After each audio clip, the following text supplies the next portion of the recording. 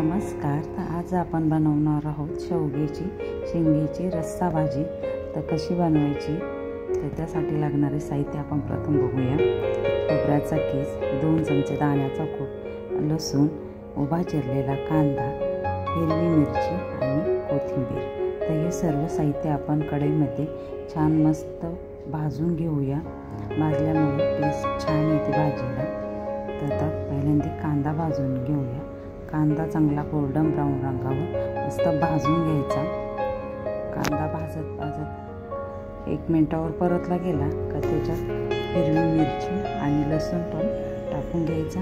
सर्व साहित्य मस्त खरपूस असं भाजून घ्यायचं.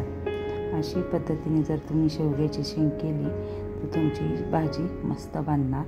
तिला कलर आणि टेस्ट खूप छान होणार. तर नक्की बनवून बघा. अगदी झटपट बनते. तर सर्व साहित्य आपलं भाजून झालं आहे. त्याच्यात आता 1 चमचा तीळ टाकायचा. तीळ नक्की टाका, स्किप करू नका. तिळाने खूप छान टेस्ट येते. तर सर्व साहित्य थंड झाल्यानंतर मिक्सरला बारीक पेस्ट करून घ्यायची.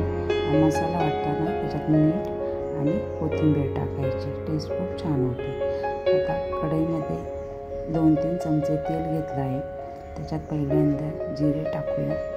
जिरे चांगलं तडतडलं की त्याच्यात 4-5 कढीपत्त्याची पाने टाकायची. मस्त तडकली की आपण जो मसाला भाजून घेतला आहे तो पेस्ट बनवली तो मस्त तेलात परतून घ्यायचा. तेल सुटेपर्यंत परतवायचा. नंतर एक सुके मसाले करून टाकायचे. हळद, धना पावडर जास्त टाका, ती छान येते. 1 चमचा लाल तिखट, 1 चमचा कांदा लसूण मसाला आणि मस्त मिरची करून घ्यावी. मस्त तेल सुटलं आहे आपल्या मसाल्याला. तर आता या स्टेजला गरम मसाला टाकला आहे. गरम मसाला नंतरच टाका, आधी टाकू नका. नंतर टाकल्यामुळे टेस्ट छान होते. आता ज्या शेवग्याच्या शेंगा कट केलेल्या आहे त्या मसाल्यात आधी कोट करून घेऊया आपण. चांगल्या मसाल्यात कोट झालं की भाजीमध्ये गरम पाणी टाकायचं. थंड पाणी टाकायचं नाही. गरम पाणी टाकल्यामुळे टेस्ट ही तशीच राहते भाजीची टिकून आणि कलर आणि कट खूप छान येतो. ती टिप नक्की फॉलो करा. तर आपली शेवग्याची शेंग मस्त बनवून तयार झाली आहे.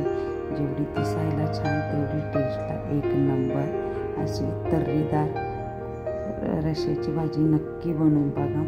व्हिडिओ आवडला असेल तर लाईक करा, शेअर करा आणि चॅनलला सबस्क्राईब करा. आपल्या चॅनलवर अशाच नवीन छान रेसिपी तुम्हाला बघायला भेटतील. तर पुन्हा भेटूया अशाच एका नवीन रेसिपीसोबत. तोपर्यंत बाय. थँक्यू.